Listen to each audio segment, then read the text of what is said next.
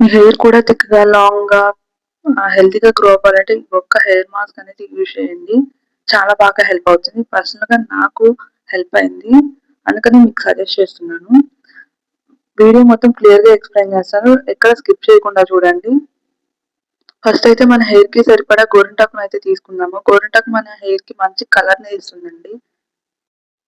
And మన హెయిర్‌కి సరిపడా కరివేపాకు. కరివేపాకు మన హెయిర్ తెల్లబడకుండా హెల్ప్ అవుతుంది. ఫ్రెష్‌గా ఉన్నది తీసుకోవడానికి ట్రై చేయండి. అండ్ మందార పువ్వులు అండ్ మందారాకులు ఇవి మన హెయిర్ షైనింగ్‌కి, స్ట్రెంథెనింగ్‌కి, హెయిర్ ఫాల్ అవ్వకుండా చాలా బాగా హెల్ప్ అవుతాయండి. వీటన్నిటిని క్లియర్ వాటర్‌లోకి తీసుకొని డస్ట్ పార్టికల్స్ అన్నీ పోయేలాగా వాష్ చేసుకోవాలి. చేత్తో రుద్దుకుంటూ వాష్ చేయండి. సో దట్ ఏమైనా డస్ట్ పార్టికల్స్ ఏమైనా ఉంటే ఈజీగా పోతాయి. ఇవన్నీ నాకంటే ఎక్కువ హెయిర్ ఉంటే మాక్సిమైజ్ చేసుకోండి. తక్కువ హెయిర్ ఉంటే రెడ్యూస్ చేసుకోండి. మీ హెయిర్‌ని బట్టి క్వాంటిటీ అనేది అడ్జస్ట్ చేసుకొని యూజ్ చేయండి. వీటన్నిటిని ఒక మిక్సీ జార్‌లోకి స్ట్రైన్ చేసుకొని గ్రైండ్ చేసుకోవాలండి.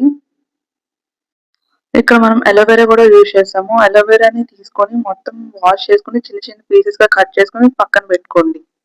చూడండి ఇక్కడ అలోవెరా జెల్‌ని పీసెస్‌గా కట్ చేసుకొని యాడ్ చేస్తున్నాను నేను. అండ్ ఈ హెయిర్ మాస్క్‌లో వాటర్ వేయాల్సిన అవసరం లేదండి. అలోవెరా జెల్‌లో ఉన్న వాటర్ పర్ఫెక్ట్‌గా సరిపోతాయి.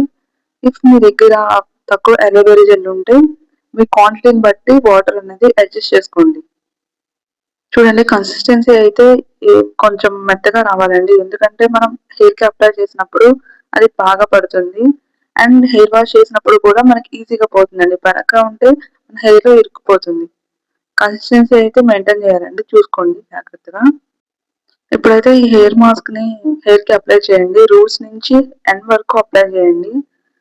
పాయలు పాయలుగా తీసుకొని హెయిర్‌కైతే అప్లై చేయడం. నేనైతే సెల్ఫ్‌గానే పెట్టుకున్నానండి. నేను పెట్టుకునే క్లిప్ కూడా యాడ్ చేశాను. చూడండి ఒకసారి. ఇలా పాయలు పాయలుగా తీసుకొని ప్రతి ఒక్క పాయకి మనం పట్టించాలండి హెయిర్‌కైతే. ఇది హెయిర్‌కి మొత్తం పట్టిచ్చేసి ఒక 2 అవర్స్ వదిలేయండి. దెన్ 2 అవర్స్ తర్వాత ఏదో మైల్డ్ షాంపూ యూజ్ చేసి హెయిర్ వాష్ చేయండి. ప్రాసెస్ మొత్తం మీరే చూసారు కదండీ! ఇందులో మనం ఏ కెమికల్స్ యాడ్ చేయలేదు. సో, మనం ఇది ఫ్రీక్వెంట్‌గా అప్లై చేసుకోవచ్చు. Monthly twice or thrice use చేయండి. మంచి హెయిర్ రిజల్ట్స్ అయితే చూస్తారు. చూడండి ఆఫ్టర్ హెయిర్ వాష్ నా హెయిర్ సిల్కీగా, హెల్తీగా తయారయింది. చాలా బాగా హెల్ప్ అవుతుందండి. నేనైతే monthly twice or thrice use చేస్తాను. నాకు హెల్ప్ అయిందని మీకు సజెస్ట్ చేస్తున్నాను. మీకు ఈ వీడియో నచ్చితే లైక్, షేర్ అండ్ సబ్స్క్రైబ్ చేయడం మర్చిపోకండి.